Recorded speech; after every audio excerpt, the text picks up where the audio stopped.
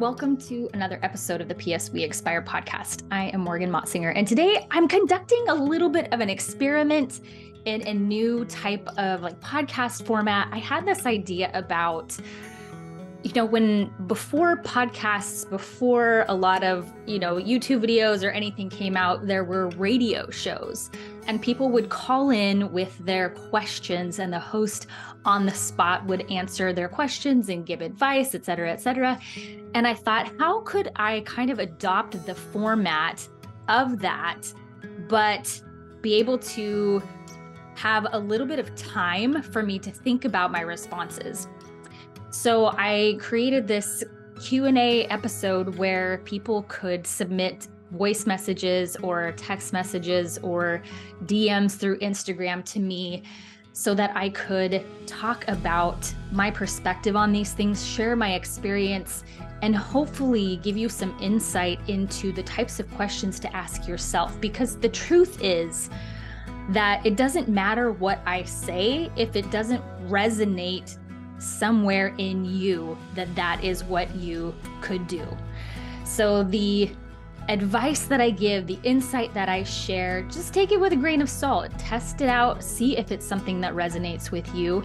Some of the questions may be something that you have struggled with yourself or wondered about yourself, and hopefully the answers that I give will be helpful to you. So some of them are business related, some of them are relationship related, but everything ultimately comes back to how do we navigate our internal landscape of emotion? Because so much of these questions have to do with how we feel and how do I navigate my feelings that sometimes are so terribly uncomfortable. How do we do that? So I'm excited to share this episode with you today. And if you were the person who submitted a question for this episode, I just want to tell you thank you. Thank you from the bottom of my heart for being vulnerable with me, even if you shared it anonymously. Thank you very much for opening up your heart and your experience to insight from someone else. So I thank you. Thank you very much. And for the rest of you, I'm so glad that you're here. I'm so glad you're here. And I hope that you enjoy this episode today.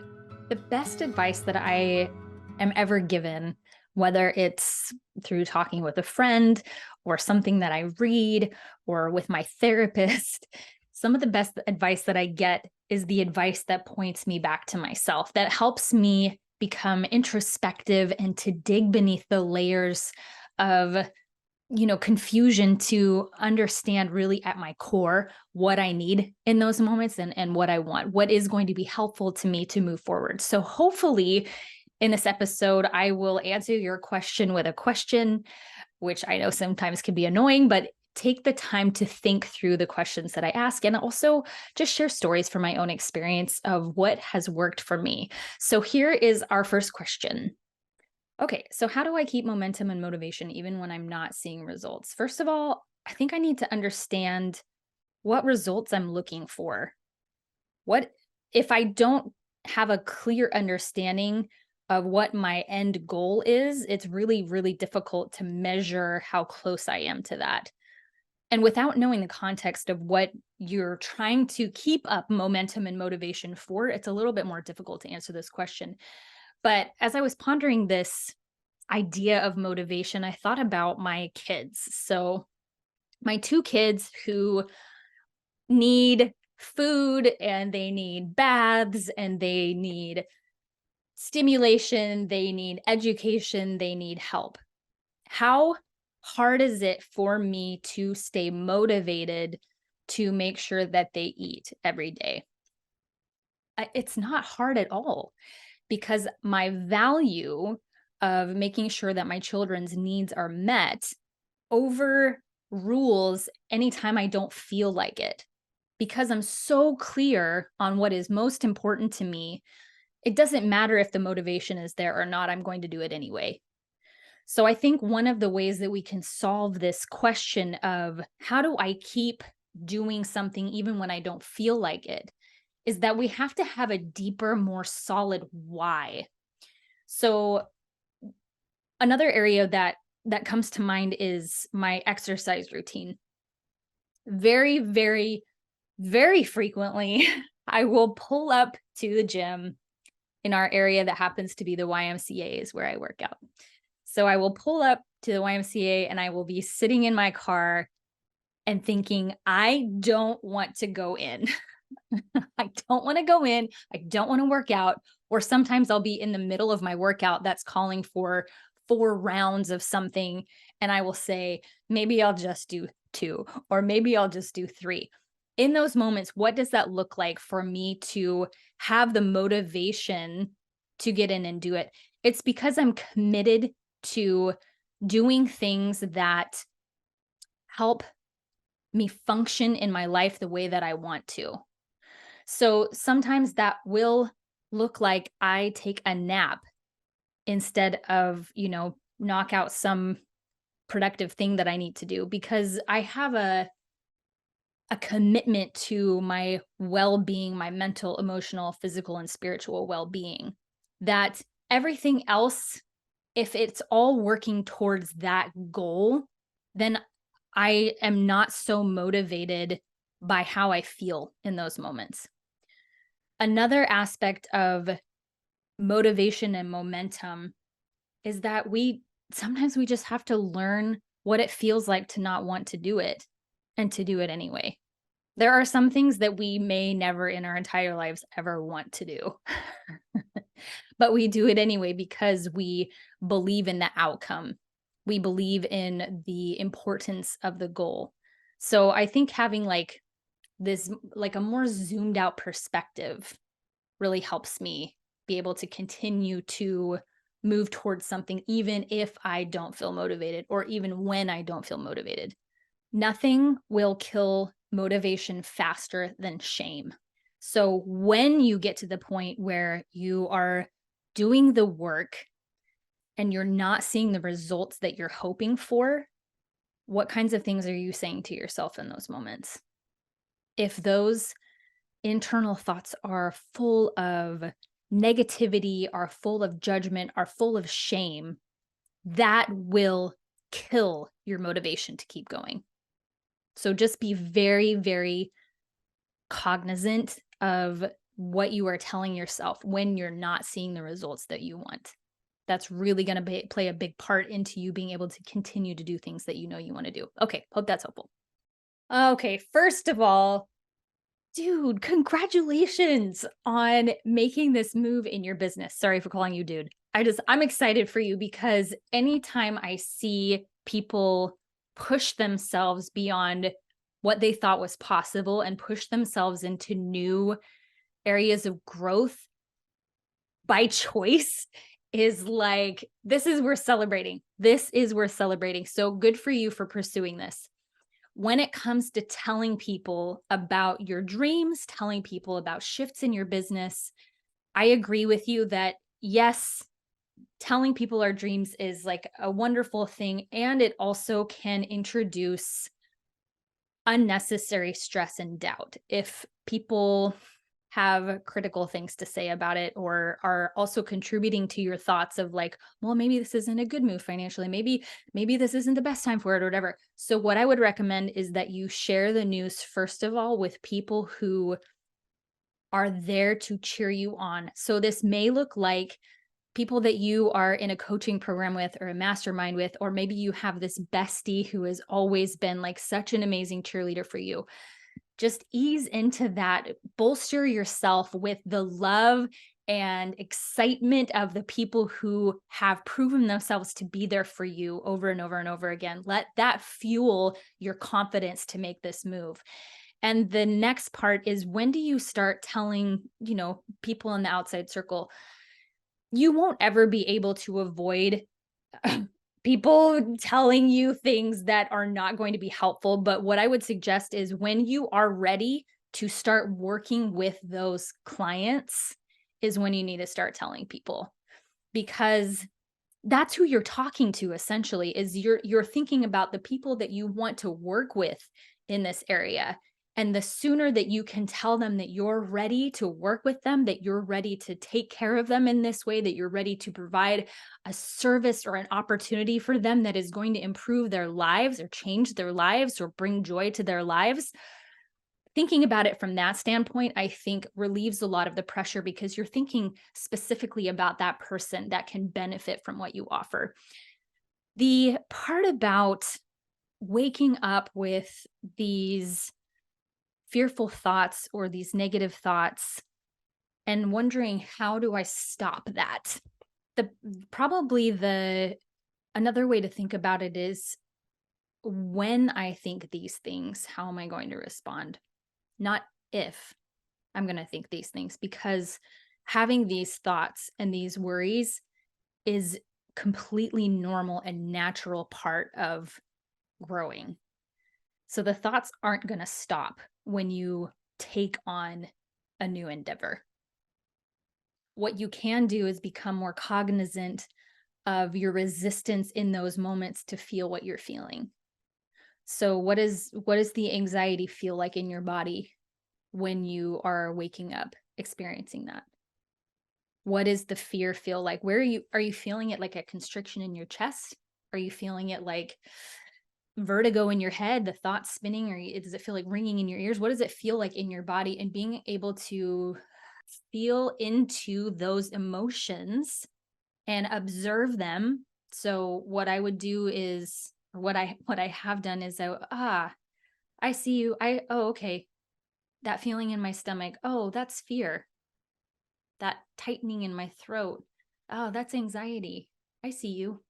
I know that you're there to keep me safe.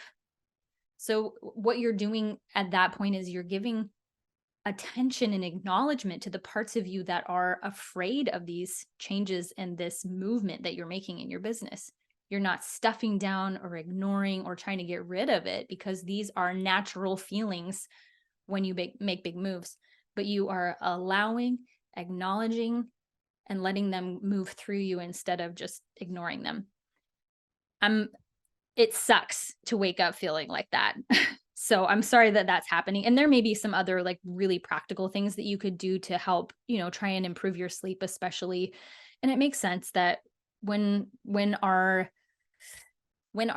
conscious guard is down is typically when those fears and anxieties will rise up. When our conscious mind is not busy doing other things or being productive or having our attention all the places, it's like when that calms down a bit is when all of these fears that we've been ignoring will bubble to the surface. So that's totally normal.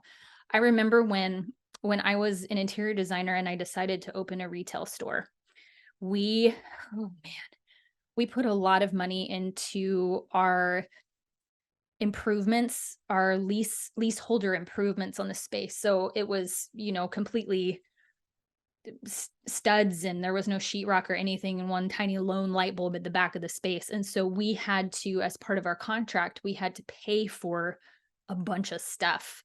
So we put tens of thousands of dollars into the upgrades in this space as part of our lease agreement, and put tons of money into the fixtures and the products and all of that. And it was a big risk.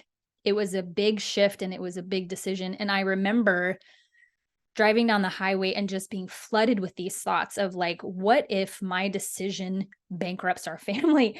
What if we have to go, like if our house goes into foreclosure and our business completely tanks and, we owe the IRS hundreds of thousands of dollars or whatever, like so many of these things. What if we end up homeless? What if my kids can't have new shoes? These types of things. What if I can't feed my family?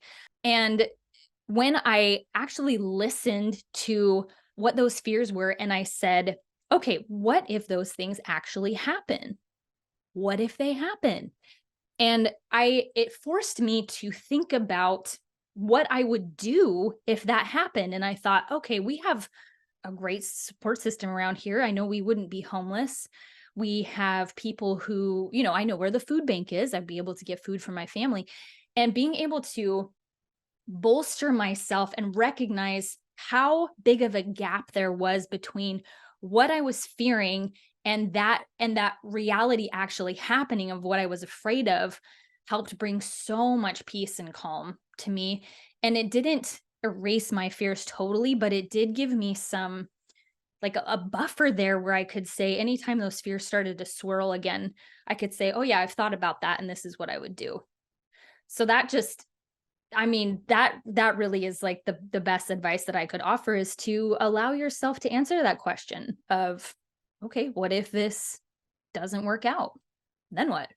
And it makes you put in the effort to define how you would be okay if it didn't. If it didn't turn out the way that you hope it's going to, you know that you would be okay. So once again, just like congratulations on making these choices that many people don't make because they don't know how to handle the fear that comes up with making these choices. So proud of you in many, many ways and just keep moving forward. So, good morning. I am a photographer who specializes in high school, senior, and professional branding. I'm looking to expand into fine art, intimate portraiture, and curious any suggestions you may have in how to incorporate a luxury type service when it comes to boudoir. Ooh, well, that's fun. It's anytime you make a shift in your business. I mean, some of the previous things that I talked about in the question beforehand will apply here as well.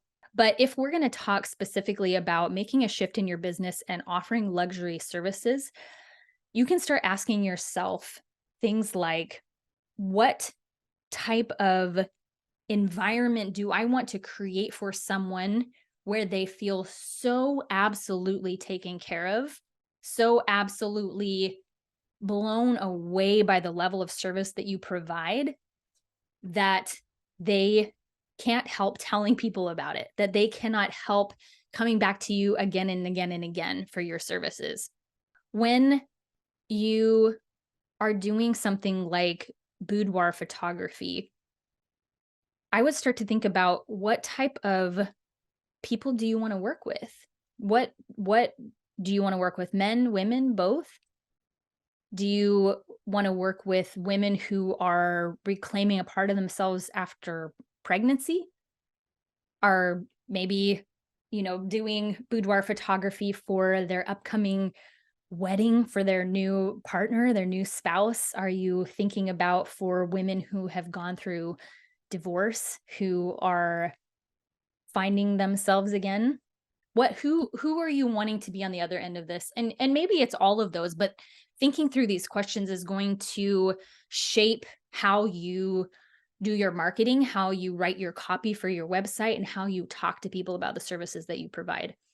I also want you to think about it from a client perspective. If you were a client who was going to do to see a photographer who specializes in intimate portraits,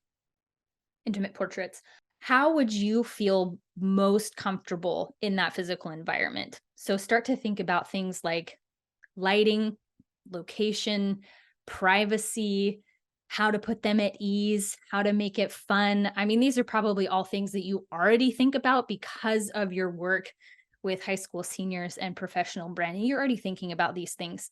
But what I want you to do is take a look at other people who are offering the same type of services and look for ways that you can set yourself apart. So, are these other photographers offering things that are singular to their business?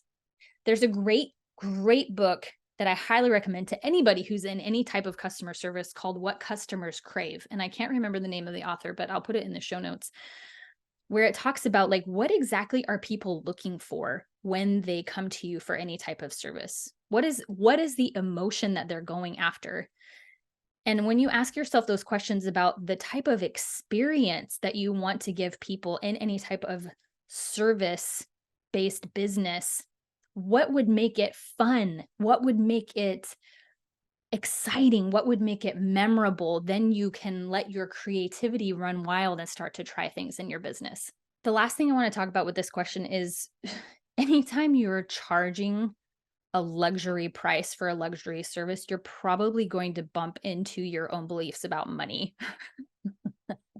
I remember Oh my goodness. I remember when I first started my interior design business, I did that for 6 years. And when I first started out, I was terrified to charge $30 an hour for my interior design services when that's not even like kind of close to an industry standard. But I was brand new, and minimum wage at that time was like, I don't know, like 12, $13 an hour. And I could not believe that I had the audacity to charge $30 an hour. So by the time I closed my business, I had worked myself into a position by developing my skills and also by giving attention to the places where I bumped into like my own beliefs about money, my own beliefs about what people were willing to pay for particular services, bump into my understanding that there are people that will not like that and will not hire me because they don't want to pay what I'm charging, and had to find a way to be okay with that. By the time I closed my business, I was charging, 40, 50, $60,000 for a house design. That didn't include any of the fixtures or furniture or anything. That included my fees for being able to lend my design expertise. Well, and all the work that goes into that. If you're a designer, you know exactly what I'm talking about. But at that point, that was based on, this estimated time allotment where I was charging $175 an hour. And for me to be able even to say that without flinching is a testament to the work that I did on myself to be able to charge what my skill set, what my expertise, and what my creativity was worth. So, as you are shifting into a luxury type service, you have to update your beliefs about money, your beliefs about what people are willing to pay for what you offer, and to be okay with the fact that some people are going to think that that's ridiculous. Some people are going to want to do pictures with you for, $10, because how long could it take? You know the work that goes into it, and you know the years that you have taken to develop your eye, your expertise, the ease that you bring to your sessions, et cetera, et cetera. So just know that that is probably coming for you, and it is worth working through that, not just because of the financial difference that that's going to make for you, but also what that is going to do to build your confidence as a photographer and to challenge you to really provide the highest level of service that you can for your clients. Okay, our next question is, I want to start sharing my writing, but much of the content is quite personal.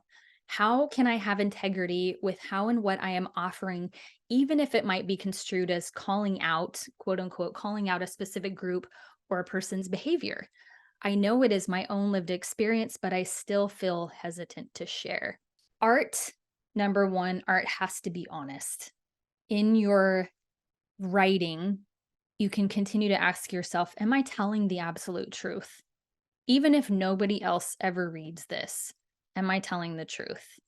You're building up trust for yourself that what is coming out is what actually is in there. So, number one, art has to be honest. And number two, if people feel called out, that's not really any of your business. Because if it resonates in the same way that, like, I could talk about luxury services and someone is going to say, what? Ew, gross, like sales, ugh. Because it doesn't resonate with them, because they're not, there's no point of connection for that input to sink into.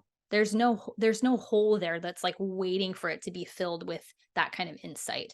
So if someone is feeling called out, it's because something in them recognizes that there's some work to do, whether or not that's to be more introspective and question their own beliefs a bit, and maybe they'll, dig further into whatever they're being called out about. That's definitely a possibility, but it's this idea of like, when I share how I feel, people's response isn't it's not my job to manage their response. And I recognize that, like, if you are putting your creative work out there, that there in this day and age with how accessible your thoughts are to so many more people, that you are effectively opening yourself up to much more criticism and feedback than you ever would have before the digital age. So just being aware of that and instilling some good self-care routines when you share something that's really personal. But again, so you can't control the outcome of how that is received. And number three is that writing can be the first step in processing something. So check in with yourself before you share. Was writing it enough for you to get the creative release and creative relief that you need for that particular topic? Or are you wanting to take that to the next step where you're sharing it with other people?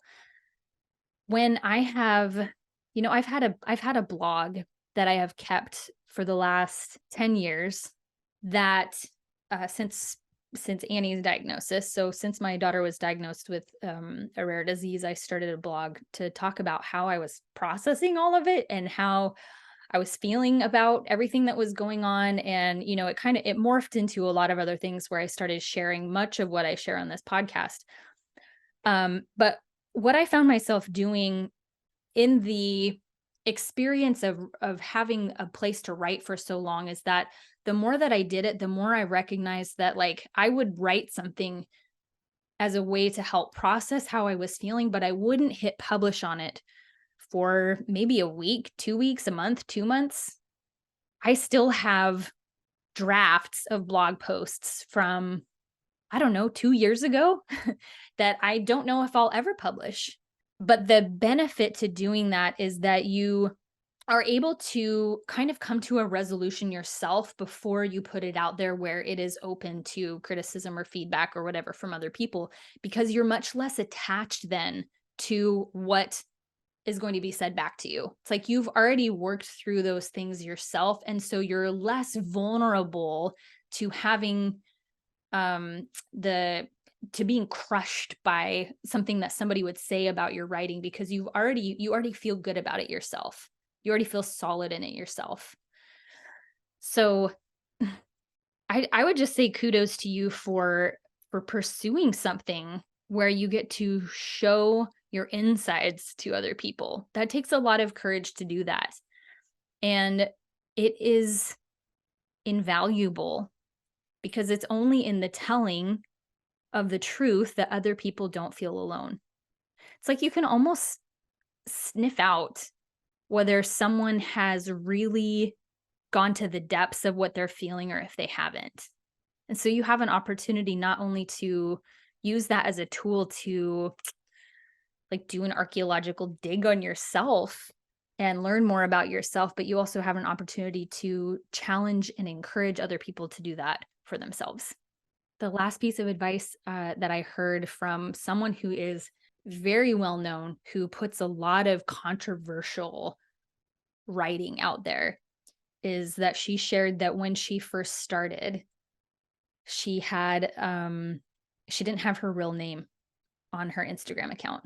So she used the anonymity of the internet in that way to be able to learn how to express herself in a way that will be controversial to other people, but didn't have her identity attached to that yet. So that could be a useful tool to you as you start to put your writing out there. I mean, just, have a social media account that doesn't have any ties to you at all, where you can build up the muscle of being able to tell the truth in a way that might be controversial or that people won't like, but you will learn how to be okay with just telling the truth regardless of the results.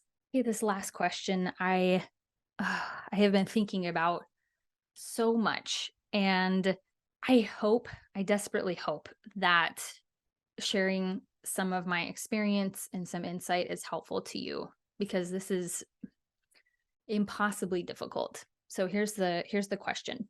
My son is 35. He is estranged from me, my husband, and my daughter for the past 5 years.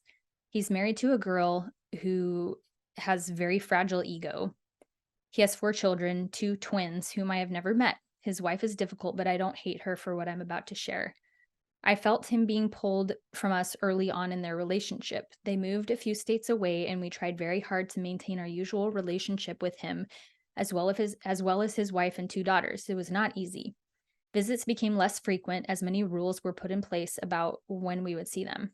About 2 years after his marriage to her, with two babies born, he kissed us goodbye during a visit and never again picked up the phone for a call. It was so bizarre.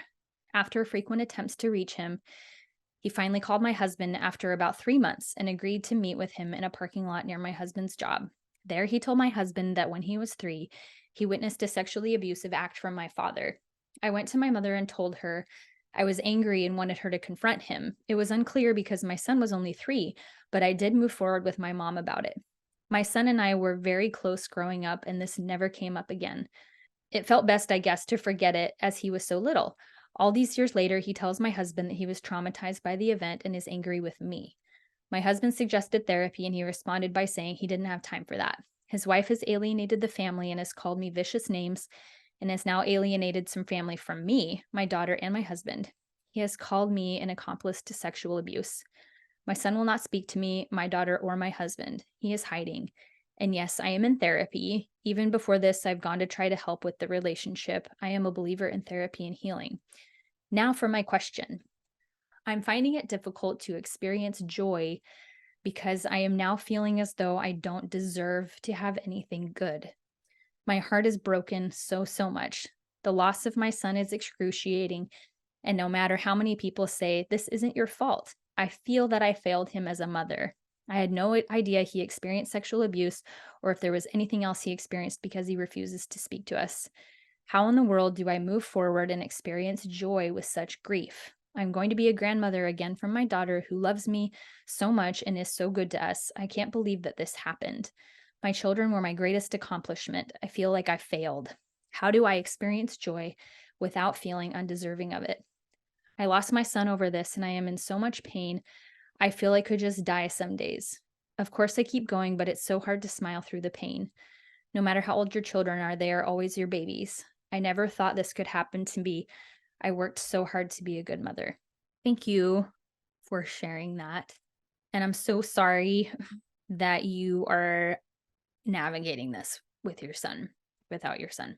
Losing someone that you love is the most painful thing I think that you can go through as a human. And to know that he is still alive and able to have relationship with you and choosing not to, I imagine is just compounds the grief so much. So first, I just want to acknowledge how incredibly painful all of this is. Suffering in our human experience is inevitable. We often compound our suffering with our resistance to it.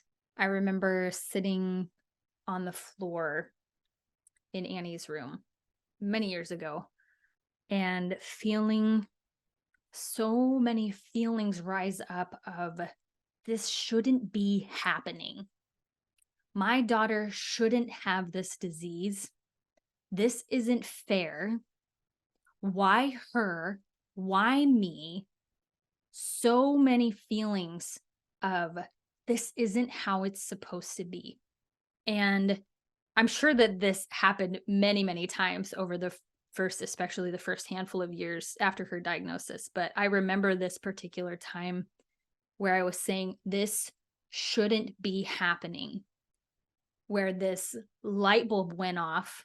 And what I felt was, but it is. And maybe that seems and sounds like such an obvious thing, but to me in that moment, it was a revelation because it was showing me how I was living my life in a perpetual state of resistance to the reality that was in front of me. And the resistance kept me in a state of frustration and fear and anger. It kept me in a state of being debilitated by that resistance to what was actually happening. And in that moment when it just clicked for me that, yeah, I didn't have any control over what was happening to her body. I didn't have any control over how her disease had affected my life. I didn't have any control over that. I didn't choose that, but I get to choose now what I'm going to do. Okay, so why am I sharing that? How is that relevant to a circumstance where your son is choosing to not have a relationship with you? When there is a part of us that is insisting that the way things are is not the way that it should be, we compound our suffering. I think moving through suffering is like you kind of have to have a foot in both places where there is this, like the zoomed out perspective where we say that everything is happening for a reason, that this is all part of the journey of being human, that we can see all the puzzle pieces that are working together. And I can say things like, I know that I'm not the person that I would have been without being Annie's mom and navigating this disease and her death.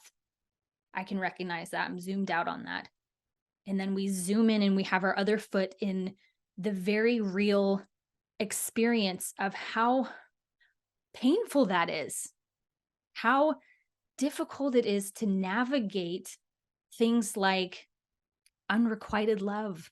That's the word that kept coming to mind when I was reading your story and your experience with your son. As I thought, this is like heartbreak. This is unrequited love when you have so much love to give and the person is not there to receive it.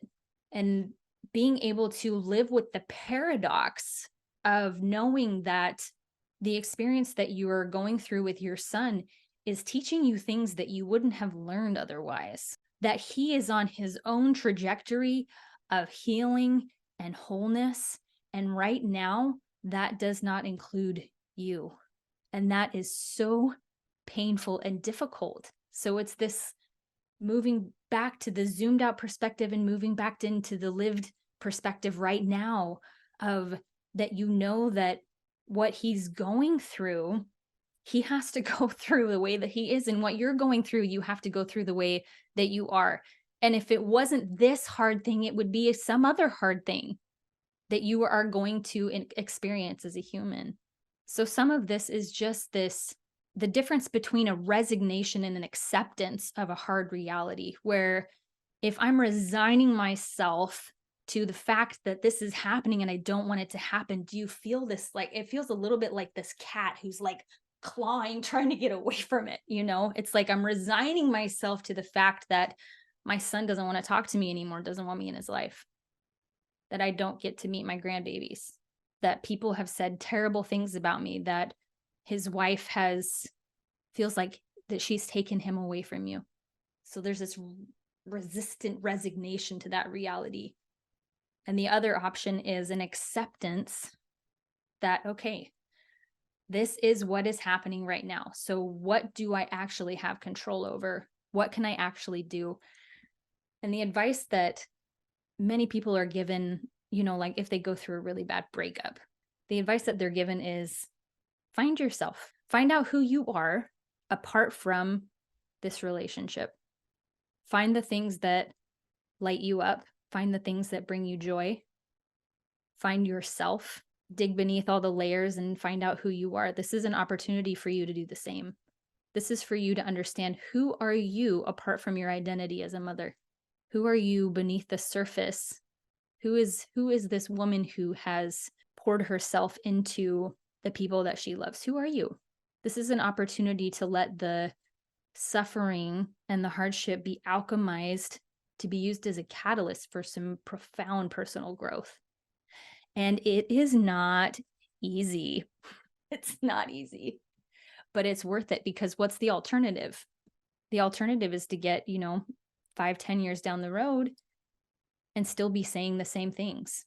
I'm not saying that that's a bad thing, but there are other options for you to start to view life differently, start to find your place in it. You as yourself, apart from your identity as a mother. There's a really beautiful, quick and easy, but powerful practice called active love that I learned from Phil Stutz, who's a psychologist. And if you want to do this with me while you're listening, you can understand how this works. And the best time to use this is always, no, just kidding. I mean, it is always, but in the moments where you feel fear, where you feel anger, especially if it's directed towards your daughter-in-law or directed towards your son or directed maybe towards your father for the experience that your son had when he was a child. This is great to experience when you are feeling towards yourself that you're a failure, feeling negative things about yourself. So practice this with me now. Close your eyes if you're not driving. And I want you to imagine this warm, bright light coming down on the top of your head. And this light feels like, and you feel it filling up your feet. This liquid light love, maybe it's warm, maybe it's cool, but it's very soothing, very real, and feels so nice in your body. So it's filling up your feet. It's moving up your shins to your knees. It's filling you up on the inside of your body, up to your thighs, your hips, up over your belly into your chest. Now it's spilling over your armpits, down into your hands, and you can feel that light love liquid in your hands, and it's filling up to your elbows and up your biceps, up to your shoulders. It's filling up on the inside of your neck, your chin, up to the top of your head. And when it gets there, it spills over onto the outside of your body. It's dripping down your head, your shoulders, your chest, your back, your hips, your legs, your knees, your feet, and you are covered inside and out with this light of love. Just feel that for a moment. Feel the acceptance, the love, the wholeness, the comfort in your body. Now I want you to pull the light from head to toe and concentrate it into your chest. So you have this pulsating light and love in your chest. And then I want you to visualize the person in front of you that you want to direct this toward.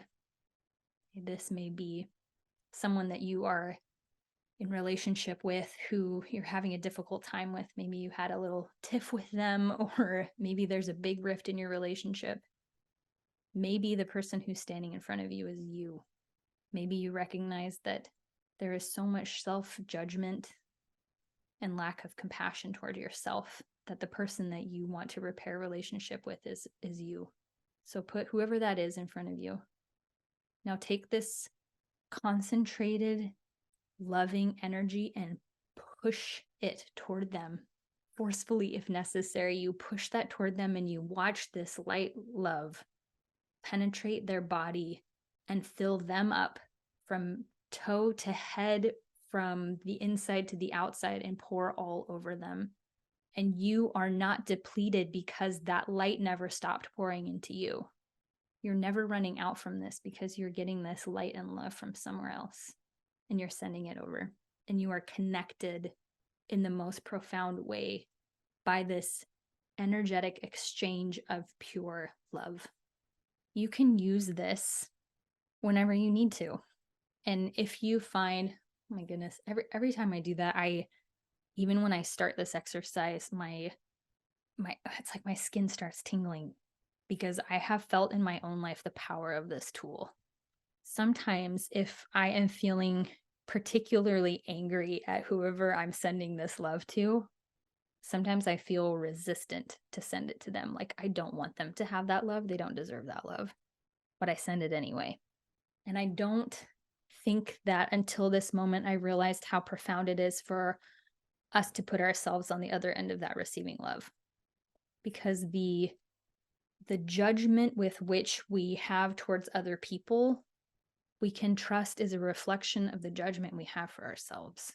So back to this question of how to experience joy because you feel like you don't deserve to have anything good. Just because we think it doesn't mean that it's true. So just because you think you don't deserve what's good doesn't mean that's true.